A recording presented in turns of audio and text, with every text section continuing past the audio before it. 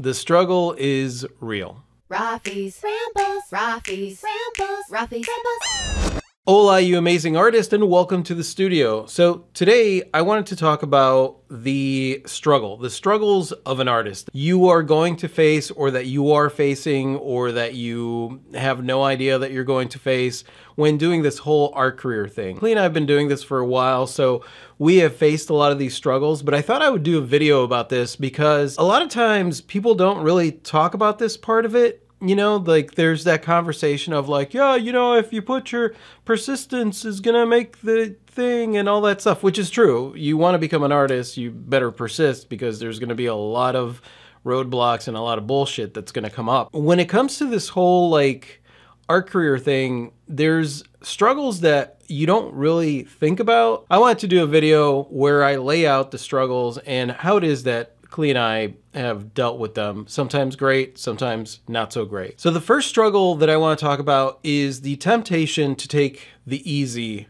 way, right? The easy route. A lot of us are going to deal with this, especially in the beginning, because, you know, you're getting into your art career and you want to make some money. You want to sell some art. I remember when I first started, I was doing these signs that were on wooden crates, right? Because I could get the wooden crate material for free. And so like I was creating these hand-drawn signs because I knew that hand-drawn signs were gonna sell. You know, like there's always a market for hand-drawn signs. After about a month or so of putting myself out there every weekend with these hand-drawn signs and some artwork, just a little bit of artwork, what I started to hear was people referring to me as the artist sign guy. The only reason that I was creating these signs was because I knew that they were going to sell. I actually didn't enjoy the process of creating these signs because, you know, the first few, they were exciting, and especially after I sold stuff, that was exciting. But very quickly I was like, I don't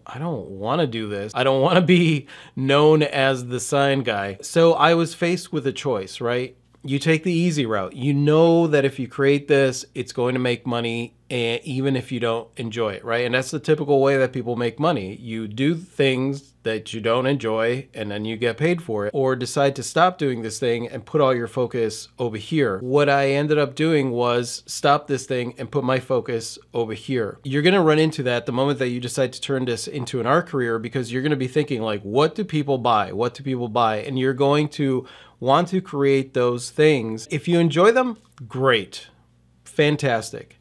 But if you don't enjoy them and you're only doing them for the money, you got to stop and ask yourself, like, is this what I want to become known for, right? Because it's a trap. You start to become famous for creating this thing that is popular, and then next thing you know, those are all the commissions and that's what people expect of you. And you end up being trapped in this world that you created. The second thing that nobody really told me about when it came to art was burnout. I thought that burnout was something that happened in the corporate world, which I had experienced many times because I tended to take on way too much. The irony is that when you start an art career, what ends up happening is you have certain things, certain programming that's going to want to set in of like, you got to work.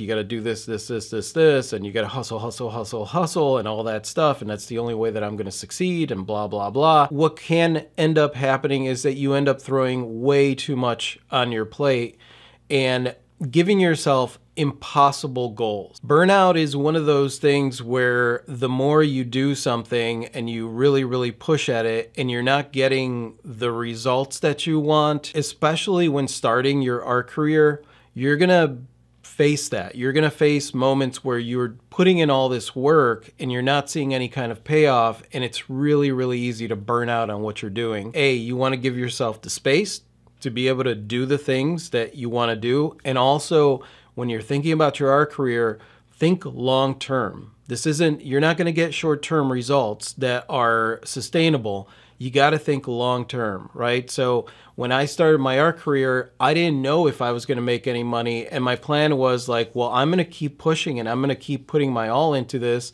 for the next 5 years. We did push a little bit harder in the beginning because this was it. Like I didn't have a side hustle or anything like that. This was it. This was what we were doing.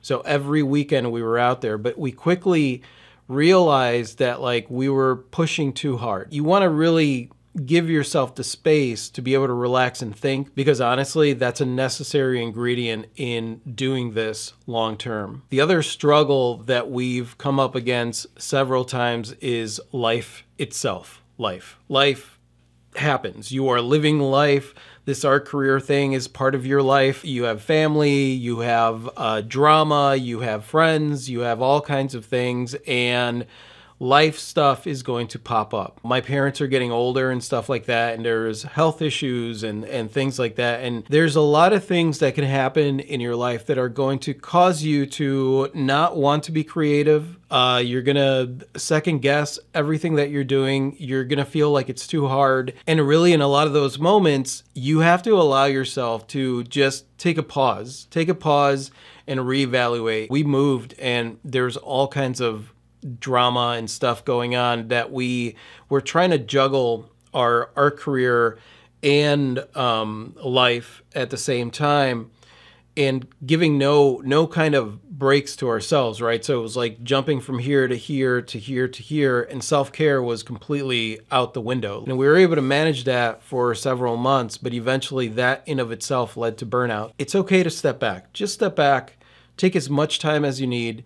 Your art career is not going anywhere. The next thing that is a big struggle is being ignored. And this is a big one, you guys. As far as social media was concerned, I was ignored for like 5 years. Like nobody did. There was no kind of consistent following on social media. And I know that a lot of people look at our following now and they're like, oh, well, you know, it's always been like, and it wasn't like that at all. We consistently kept posting videos and pictures all across social media and stuff. I wasn't doing it because I was going to get validation. And I think it's important that if you're going to put yourself out there, that you really, really stop and think about why it is that you're doing it, right? Are you putting yourself out there because you want validation? Are you putting yourself out there because you want money? Money and validation are horrible motivators, because when you're getting it, yeah, that's great. But if it's not coming in, it's not going to motivate you to keep going. You're going to want to quit. Be prepared to be completely ignored and think about it in the long term. Okay, well, what can I do to consistently do what I'm doing without being discouraged by the fact that no one's paying attention? It has nothing to do with anybody else. Nobody else's response. You want it to be within yourself, because that's the thing that you have ultimate control over.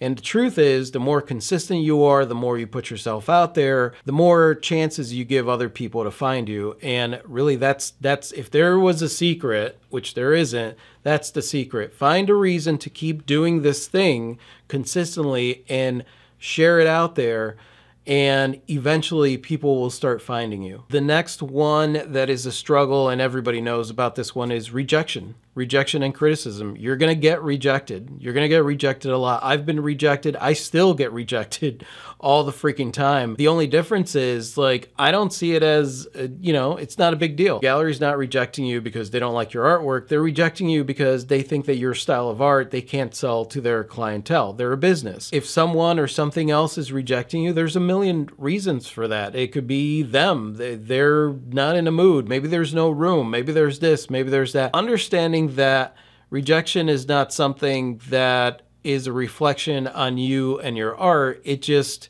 is part of the journey. You got to get comfortable with rejection. I'm telling you right now, you have to get comfortable with rejection. And the only way to get comfortable with rejection is to face it. A lot of people don't put their stuff out there because they're afraid of getting rejected. And I'm like, if you don't face it, you're not going to get any better at facing rejection. Put your stuff out there, approach galleries, do whatever it is that you want to do, understanding full well, chances are I'll get rejected, but it's no big deal. I think that's it for today, you guys. I gotta get going. I have some prior commitments that I have to get to. I'm gonna do a second run. I have 5 more things that I want to talk to you guys about, and it'll be in a part 2 video or something like that. So look forward to that, maybe next week. As far as right now, when it comes to the struggles, just remember, as I said earlier, persistence is key. And figuring out a way to persist and really grow from those roadblocks and those struggles, I think that is the most important thing. That is the most powerful thing that I've found in my art career. So yeah, so look forward to the next video, and thank you guys so much for watching this. I absolutely freaking adore you. And if you like this and you want to watch more like this, then click right over here to subscribe. And that's it. Adios.